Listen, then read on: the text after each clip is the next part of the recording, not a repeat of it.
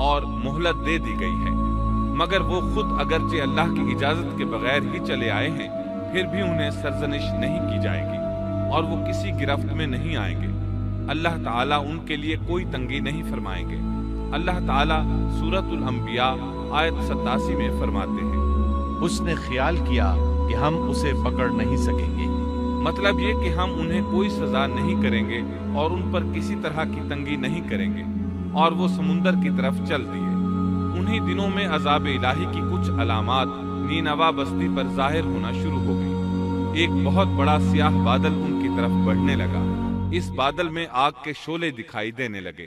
ان لوگوں نے یہ بادل ان متعین دنوں میں سے پہلے ہی دن دیکھ لیا۔ اس کو دیکھتے ہی وہ سمجھ گئے کہ جس طرح سیدنا یونس علیہ السلام نے انہیں آگاہ کیا تھا، یہ عذاب ان پر نازل ہو کر رہے گا، اور جو عذاب سیدنا لوط علیہ السلام کی قوم پر آیا تھا وہ اس کے بارے میں بھی اچھی طرح جانتے تھے۔ وہ بستی ان کی بستی کے قریب ہی تھی، اس لیے وہ ڈر گئے۔ ان کے سردار جمع ہوئے اور کہنے لگے، جیسے تم سے پہلے لوگوں پر عذاب اترا کرتے تھے، تم پر بھی یہ نازل ہو کر رہے گا، جلدی کرو، سب جمع ہو جاؤ۔ چنانچہ انہوں نے اس بات پر اتفاق کر لیا کہ سیدنا یونس علیہ السلام نے بالکل سچ فرمایا تھا۔ اللہ کی قسم، یہ بالکل وہی عذاب ہے، تم اللہ کے عذاب سے نجات نہیں پا سکو گے۔ اس سے بچنے کی ایک ہی صورت ہے کہ تم ایمان لے آؤ اور توبہ کر لو۔ اس طرح وہ سب کے سب ایمان لے آئے، لیکن سیدنا یونس علیہ السلام وہاں موجود نہیں تھے۔ ان کی عدم موجودگی میں یہ سب کے سب یعنی 1,20,000 افراد ایمان لے آئے۔ انہوں نے پیوند لگے کپڑے پہنے اور اللہ کے حضور عاجزی، انکساری اور آہوزاری شروع کر دی، رونے لگے، اللہ سے بخشش مانگنے لگے، پھر اسی حالت زار میں باہر کھلے میدان کی طرف نکل آئے۔ ان کے سرداروں نے سب کو الگ الگ کر دیا، یہاں تک کہ ماں اور بیٹے کو بھی جدا کر دیا۔ سب اپنی اپنی جگہ پر، یعنی ماں اپنی جگہ پر اور بیٹا اپنی جگہ پر آہوزاری کرنے لگے تاکہ ان پر اللہ تعالیٰ کی رحمت نازل ہو جائے۔ یہ عذاب 3 دن تک ان کے سروں پر منڈلاتا رہا، اور یہ بھی مسلسل آہوزاری کرتے رہے، اپنی عاجزی ظاہر کرتے رہے، معافیاں مانگتے رہے۔ آخر کار اللہ تعالیٰ نے ان پر رحم و کرم فرما دیا اور عذاب کو ان سے پھیر دیا۔ اللہ تعالیٰ سورہ یونس آیت 98 میں فرماتے ہیں، چنانچہ کوئی بستی ایمان نہ لائی کہ ایمان لانا اس کے لیے فائدہ مند ہوتا، سوائے یونس کی قوم کے۔ مطلب یہ کہ سابقہ امتوں میں سے کسی کے بارے میں یہ سننے میں نہیں آیا کہ پوری قوم ایمان لے آئی ہو۔ تمام بستیوں میں ایک بھی بستی ایسی نہیں تھی، بس ایک یونس علیہ السلام کی قوم ایمان لے آئی۔ اللہ تعالیٰ سورہ یونس آیت 98 میں فرماتے ہیں، جب وہ ایمان لے آئے تو ہم نے رسوائی کے عذاب کو دنیاوی زندگی میں ان پر سے ٹال دیا اور ان کو ایک وقت تک کے لیے زندگی سے فائدہ اٹھانے کا موقع دیا۔ مطلب یہ کہ ہم نے انہیں دنیاوی زندگی کا لطف اٹھانے کا موقع دیا۔ اب اس قوم پر قیامت کے دن تک عذاب نہیں اترے گا۔ علامہ ابن کثیر رحمت اللہ علیہ فرماتے ہیں، اس آیت کریمہ کا مفہوم یہ ہے کہ کسی بستی کے تمام باشندے کسی نبی پر کبھی ایمان نہیں لائے، یا تو سب نے کفر کیا یا پھر اکثر نے کفر کیا۔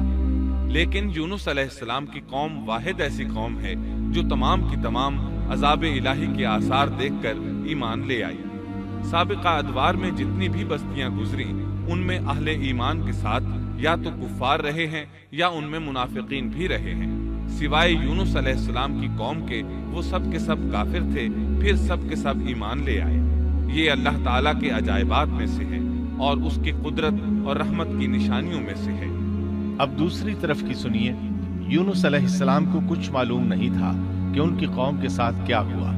آپ تو غصے کی حالت میں بستی سے نکل کر سمندر کی طرف چلے آئے تھے۔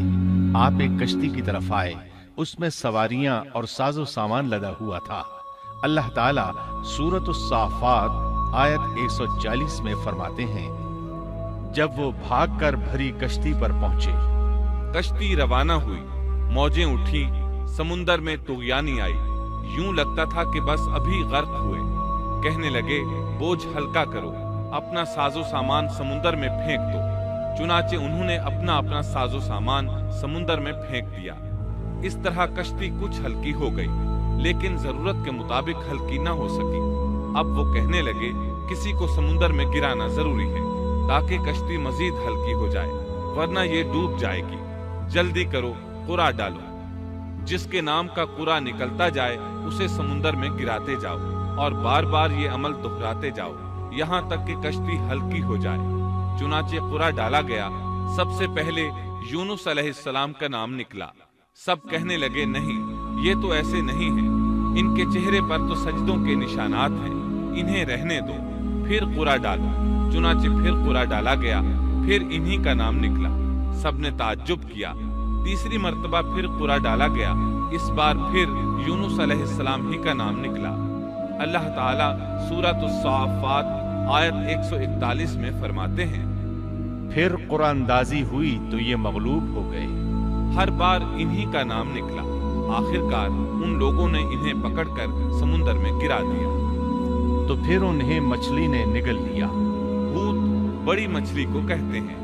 اللہ تعالیٰ نے حوت کو القاء فرمایا، انہیں کھانا نہیں، نہ ان کے جسم کو کوئی گزند پہنچے۔ یہ اس مچھلی کو اللہ تعالیٰ کے احکامات تھے۔ اللہ تعالیٰ سورۃ الصافات آیت 142 میں فرماتے ہیں، تو پھر انہیں مچھلی نے نگل لیا اور وہ خود اپنے آپ کو ملامت کرنے لگے۔ یعنی وہ سمجھ گئے کہ بار بار جو ان کا نام قرآن اندازی میں نکلتا رہا ہے تو وہی مقصود ہے، چنانچہ خود کو ملامت کرنے لگے، اور یہ ملامت توبہ کی ابتدا ہے کہ انسان خود کو ملامت کرتا ہے۔ اب یونس علیہ السلام مچھلی کے پیٹ میں تھے۔ اللہ کی قدرت، آپ مچھلی کے پیٹ میں 3 دن تک رہے، بعض روایات میں 7 دن اور زیادہ سے زیادہ مدت 40 روز آئی ہے۔ آپ نے مچھلی کے پیٹ میں اللہ تعالیٰ کو پکارا۔ اللہ سورۃ الانبیاء آیت 87 میں فرماتے ہیں، آخر کار وہ اندھیروں کے اندر سے پکار اٹھے۔ علماء نے یہاں 3 اندھیروں کا ذکر کیا ہے، مچھلی کے پیٹ کا اندھیرا، سمندر کا اندھیرا اور رات کا اندھیرا۔ گویا ان پر یہ سارے اندھیرے اکٹھے ہو گئے تھے۔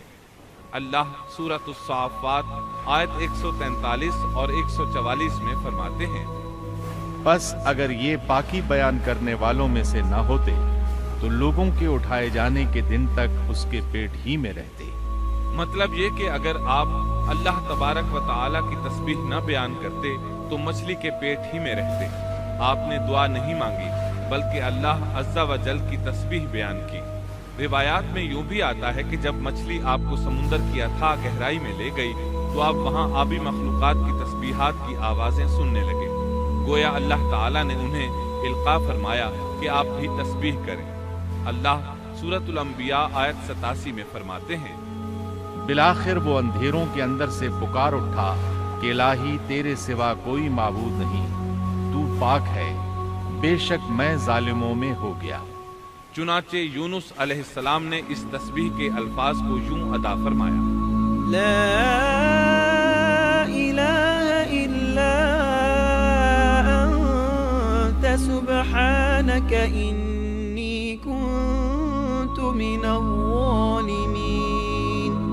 امام احمد، امام ترمذی، امام نسائی اور دیگر ائمہ رحمہم اللہ نے یہ حدیث نقل کی ہے کہ یونس علیہ السلام کی وہ دعا جو انہوں نے مچھلی کے پیٹ میں مانگی تھی وہ یہی ہے، لا الہ الا انت سبحانک انی کنت من الظالمین۔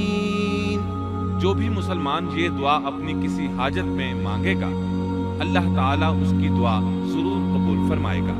یہ دعائے مستجاب ہے، مقبول دعاؤں میں سے ہے۔ اسی دعا کے بعد اللہ تعالیٰ نے یونس علیہ السلام کو اس پریشانی سے نجات عطا فرمائی۔ اللہ سورۃ الانبیاء آیت 88 میں فرماتے ہیں، تو ہم نے اس کی پکار سن لی اور اسے غم سے نجات دے دی، اور ہم ایمان والوں کو اسی طرح بچا لیا کرتے ہیں۔ ایک صحابی نے نبی کریم صلی اللہ علیہ وسلم سے پوچھا، اے اللہ کے رسول صلی اللہ علیہ وسلم، یونس علیہ السلام نے جو دعا مچھلی کے پیٹ میں مانگی کیا وہ صرف انہی کے لیے تھی یا ان کے بعد اہل ایمان کے لیے بھی ہے؟ تو آپ نے فرمایا، یہ دعا یونس علیہ السلام کے لیے خاص تھی اور سب اہل ایمان کے لیے عام ہے۔ جو بھی اس دعا کو پڑھے گا اللہ اسے رنج و غم سے نجات دیں گے۔ ایک قول کے مطابق تقریباً 40 روز آپ کی شب و روز یہی دعا رہی۔ اس مدت کے ختم ہونے پر اللہ تعالیٰ نے آپ کی دعا کو قبولیت بخشی۔ مچھلی ساحل پر پہنچی، انہیں کنارے پر ڈالا اور واپس چلی گئی۔ اس بات کو اللہ تعالیٰ نے سورۃ الصافات آیت 145 میں یوں بیان فرمایا ہے، بس اسے ہم نے چٹیل میدان میں ڈال دیا اور وہ اس وقت بیمار تھے۔ آپ وہاں اسی طرح لیٹے رہے، پھر اللہ کی قدرت سے آپ کے قریب ایک بیل دار درخت اگا، جیسا کہ سورۃ الصافات آیت 146 میں ہے، اور اس پر سایہ کرنے والا ایک بیل دار درخت ہم نے اگا دیا۔ اس کدو کے درخت کے متعلق مورخین کا کہنا ہے کہ اللہ تعالیٰ نے اس درخت کا انتخاب اس لیے فرمایا تھا کہ اس درخت کے پتے چوڑے ہوتے ہیں، ان کے سائے میں انہیں ڈھانپ دیا گیا تاکہ ہوا سے اذیت نہ پہنچے، اس لیے کہ ان کے جسم سے جلد اتر گئی تھی۔ پھر اس درخت سے خوشکن خوشبو بھی آتی تھی، اس خوشبو نے انہیں فرحت بخشی۔ پھر کدو کی خوشبو میں ایک خصوصیت یہ تھی کہ حشرات الارض کو دور رکھتی ہے۔ اللہ تعالیٰ نے انہی خصوصیات کی وجہ سے اس بیل دار درخت کا انتخاب فرمایا تھا تاکہ آپ ہر طرح کی تکلیف سے محفوظ رہیں۔ یہ ہے اللہ کی قدرت، سبحان اللہ۔ اسی طرح مفسرین یہ بھی کہتے ہیں کہ اللہ تعالیٰ نے ان کے پاس ایک پہاڑی بکری بھیج دی، وہ آپ کے قریب آتی اور آپ کے سر کے اوپر اپنی ٹانگیں پھیلائے کھڑی ہو جاتی۔ اس طرح اس کے تھن آپ کے منہ میں چلے آتے اور آپ ان سے خواہش کے مطابق دودھ پیتے۔ یہ تھا آپ کا کھانا اور پینا۔ رفتہ رفتہ آپ کی حالت بہتر ہو گئی، توانا اور تندرست ہو گئے، پھر آپ اٹھنے کے قابل ہو گئے، اور یہ سب اللہ تعالیٰ کی مہربانی سے ہوا۔ جب آپ کی صحت لوٹ آئی تو اللہ تعالیٰ نے آپ کو پھر آپ کی قوم کی طرف بھیجا، جیسا کہ سورۃ الصافات آیت 148 میں ہے، اور ہم نے اسے 1 لاکھ بلکہ اور زیادہ آدمیوں کی طرف بھیجا، بس وہ ایمان لے آئے اور ہم نے انہیں ایک زمانے تک عیش و عشرت دی۔ وہ سب کے سب آپ پر ایمان لے آئے تھے۔ اللہ تعالیٰ نے اس قصے کے ذریعے نبی کریم صلی اللہ علیہ وسلم کو اشارہ فرمایا ہے کہ دعوت دیتے ہوئے اکتانا نہیں۔ اللہ سورۃ القلم آیت 48 میں فرماتے ہیں، اور مچھلی والے کی طرح نہ ہو جائیے۔ ان لوگوں کو دعوت حق دیتے رہیے، دیکھیے وہ سال ہر سال دعوت دیتے رہے لیکن اکتائے نہیں، ان سے مایوس نہیں ہوئے۔ ان کی پوری بستی میں سے ایک بھی ان پر ایمان نہیں لایا تھا، لیکن جب ان سے مایوس ہو گئے تو انہیں اللہ کے عذاب سے آگاہ کر دیا اور منہ پھیر کر چل دیے تو وہ سب کے سب ایمان لے آئے۔ اللہ تعالیٰ سورۃ القصص آیت 56 میں فرماتے ہیں، آپ جسے چاہیں ہدایت نہیں دے سکتے، بلکہ اللہ تعالیٰ ہی جسے چاہتا ہے ہدایت دیتا ہے۔ اس قصے میں بہت بڑا سبق ہے کہ کسی بھی حالت میں اللہ کی رحمت سے مایوس نہیں ہونا چاہیے اور نہ ہدایت کے معاملے میں اپنی ذات پر بھروسہ کرنا چاہیے۔ ہدایت تو بس صرف اللہ تعالیٰ ہی کی طرف سے ہے، آپ کے ذمے تو پیغام حق پہنچا دینا ہے۔ اللہ سبحانہ و تعالیٰ کے ذمے ہدایت سے نوازنا ہے۔ اللہ تعالیٰ نے انہیں پاک صاف بنا دیا، انہیں چن لیا۔ اللہ خود ہی سورۃ القلم آیت 50 میں وضاحت فرماتے ہیں، اسے اس کے رب نے پھر نوازا اور اسے نیک لوگوں میں کر دیا۔ امام مسلم نے ایک حدیث روایت کی ہے کہ نبی کریم صلی اللہ علیہ وسلم نے فرمایا، تم میں سے کوئی شخص ہرگز یہ نہ کہے کہ میں یعنی محمد یونس بن متیٰ سے بہتر ہوں، یعنی یوں نہ کہے کہ میں سیدنا یونس علیہ السلام سے افضل ہوں، وہ اس طرح کہ وہ تو اپنی قوم کے ایمان لانے سے مایوس ہو گئے تھے اور میں مایوس نہیں ہوں۔